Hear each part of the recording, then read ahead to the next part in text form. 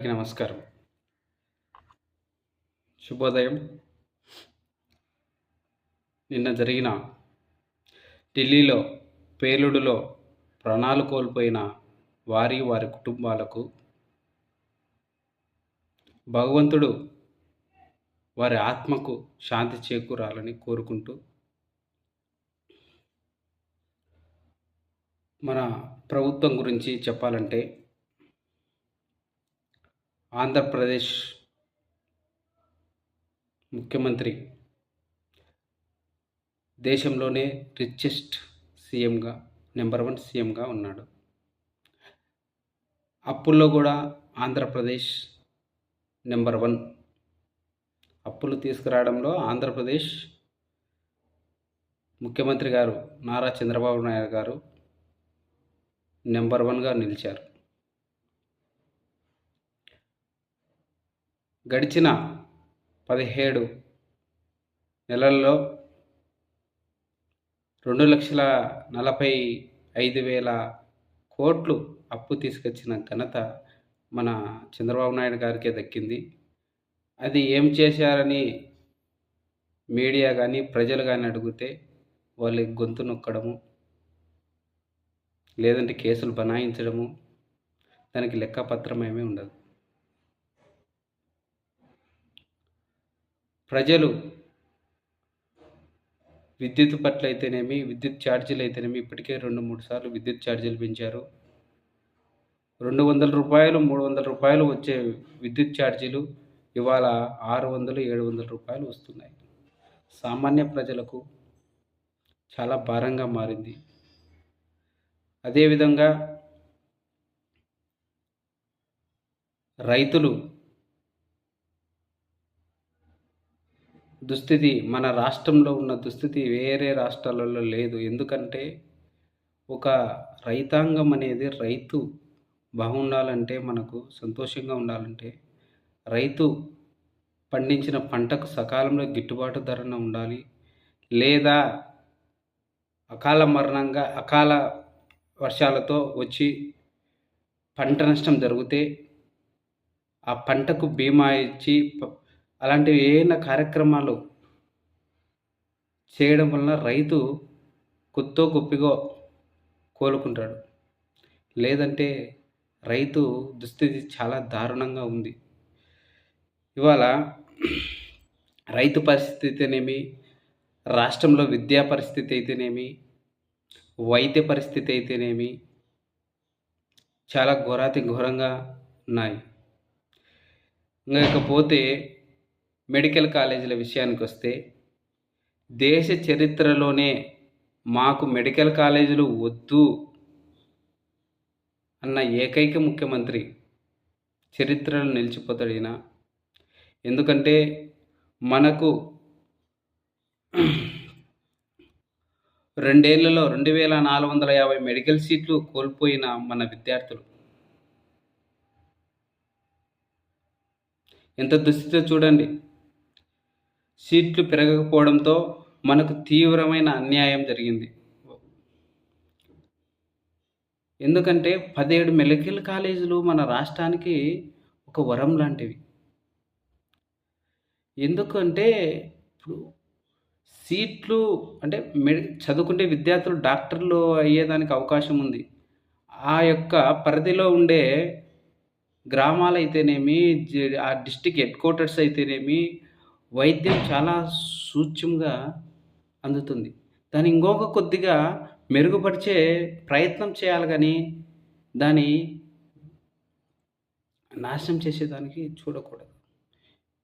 ఇప్పుడు ఇంకపోతే ఈ గ్రామ సచివాలయాల గురించి మాట్లాడుతున్నారు. గ్రామ సచివాలయం పేరు విజన్ యూనిట్ అంట. Vision unit. ఆ యొక్క విజన్ యూనిట్ అనేది ఇప్పుడు వైఎస్ జగన్మోహన్ రెడ్డి గారు గ్రామ సచివాలయం మీద పలికేదానికి కానీ, అది యొక్క గ్రామం ఒక మన స్టేట్‌కి ఒక సచివాలయం ఉన్నట్టే, అదేవిధంగా ప్రతి గ్రామానికి, ప్రతి పంచాయతీకి ప్రతి 2,000 కుటుంబాలకు ఒక గ్రామ సచివాలయం అనేది, ఆ యొక్క గ్రామ వాలంటీర్లు అయితేనేమి చాలా అద్భుతంగా పనిచేశాయి. ఆ కరోనా టైంలో అయితేనేమి, ఏదన్నా ఇట్లా వరదలొచ్చినప్పుడు గానీ, ఆ హుద్హుద్ తుఫాన్‌లో గానీ, ఇలా చెప్పుకుంటూ పోతే వారి సేవలు మరపురానివి. ఇవాళ నువ్వు విజన్ యూనిట్ అని పేరు మారిస్తే, ఎ ఎవడికో పుట్టిన కొడుకు నా కొడుకని చెప్పుకునే విధంగా ఉంటది. అంటే ఆయన పేరు నువ్వు తీసేసినా కూడా, ఆ విజన్ యూనిట్ అని నువ్వు పేరు పెట్టినా గూడా, ఆయన నువ్వు అదే ప్రజలలో నుంచి ఆయన ప్రజల మనసులలో నుంచి వైఎస్ జగన్మోహన్ రెడ్డి గారిని మీరు తీసేయలేరు గదా!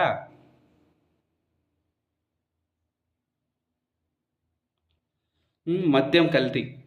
అదేదో మొలకల చెరువో, మలకల చెరువో. ఆ! గతంలో జగన్మోహన్ రెడ్డి గారు పారదర్శకతంగా బాగా గవర్నమెంటు శాలరీలిచ్చి అక్కడ ఒక షాప్ పెట్టి గవర్నమెంటే అమ్మి, ఆ యొక్క మంచి గవర్నమెంట్ మంచి లాభాల బాట నడుస్తూ నాణ్యమైన మందునిస్తూ చేస్తుంటే, చంద్రబాబు నాయుడు గారు ఆ రోజు ఏమన్నాడు?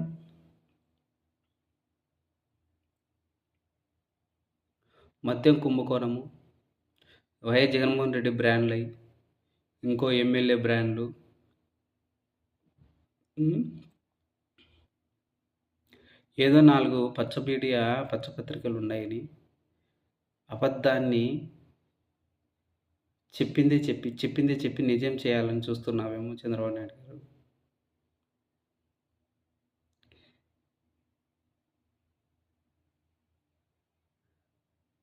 గతంలో మాదిరి నువ్వు గతంలో సీఎంగా చేసిన రోజులలో 2 తెలుగు రాష్ట్రాలకు ఆ విధంగా జనాలు ఉన్నారనుకుంటున్నాం మేము. ప్రతి ఒక్కరి చేతిలో మొబైల్ ఉంది.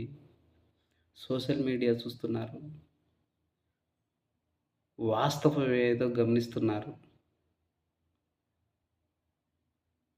హ్మ్.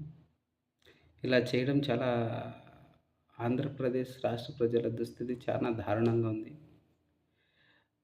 నిన్న ఎప్పుడో పైరెడ్డి సిద్ధార్థ రెడ్డి గారు గంటకు 200 కిలోమీటర్ల వేగంతో తెలుగుదేశం యొక్క గ్రాఫ్ పడిపోతుందన్నారు.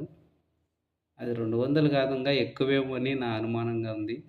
ఎందుకంటే ప్రజల యొక్క దుస్థితి ఆ విధంగా తయారైంది. ప్రతి రంగం వ్యవసాయ రంగం అయితేనేమి, విద్యా రంగం అయితేనేమి, వైద్య రంగం అయితేనేమి, పారిశ్రామిక రంగాలు తెచ్చే విషయంలో అయితేనేమి, ఉద్యోగాలు కల్పించడం విషయంలో అయితేనేమి, డెవలప్‌మెంట్.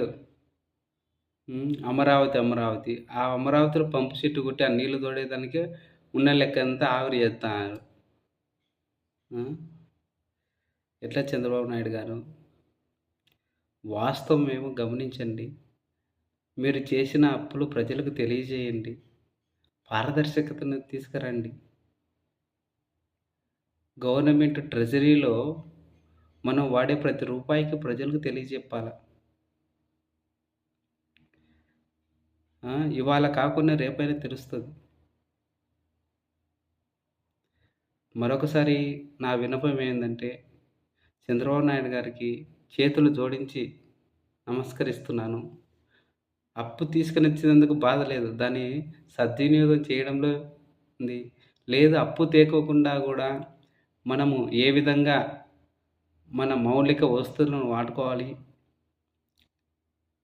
మనము ఎంత మేరకు వృధా చేయకూడదు డబ్బును అనేది కొద్దిగా అవగాహన చేసుకొని, దానికి సంబంధించినదేదన్నా మంచి కార్యక్రమాలు చేసి, ప్రజలలో పేరు పొందేదానికి ఆలోచించండి చంద్రబాబు నాయుడు గారు.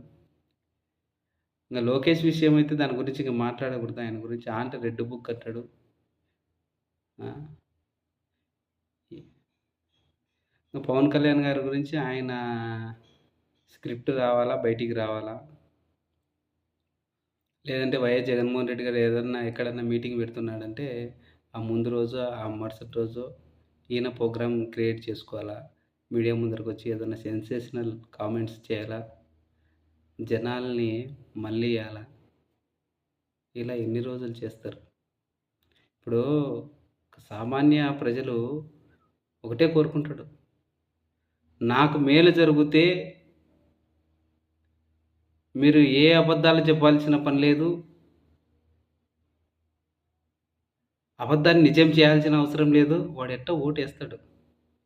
వానికి మేలు జరగలేదనుకో, నువ్వు ఎన్ని అబద్ధాలను నిజాలు చేయాలని చూసినా గూడా వాడు ఓటేయడు.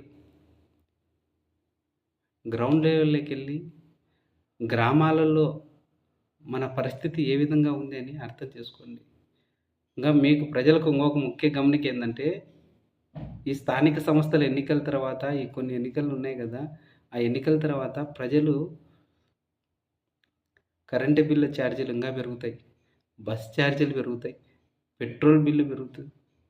చూడండి మీరే గతం కంటే ఈరోజు నేను చెప్తున్నాను గదా! ఈ రోజుటికి ఈ ఎన్నికల తర్వాత మళ్ళకి మీ యొక్క నెల బడ్జెటు ఎంత మారుతదో గమనించండి. మీరు గుర్తు తెచ్చుకోండి ఇంతకుముందు గత ప్రభుత్వంలో మన ఇంట్లో నెల బడ్జెట్ ఏ విధంగా ఉంది? ఇవాళ నెల బడ్జెట్ ఎంతొస్తాంది అనేది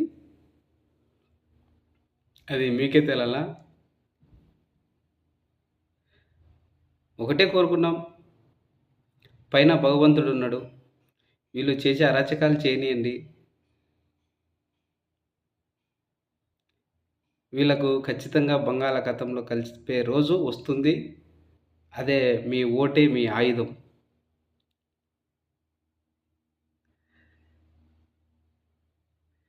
తప్పుకోకుండా వస్తుంది. ఆ రోజు వస్తుంది. జై హింద్.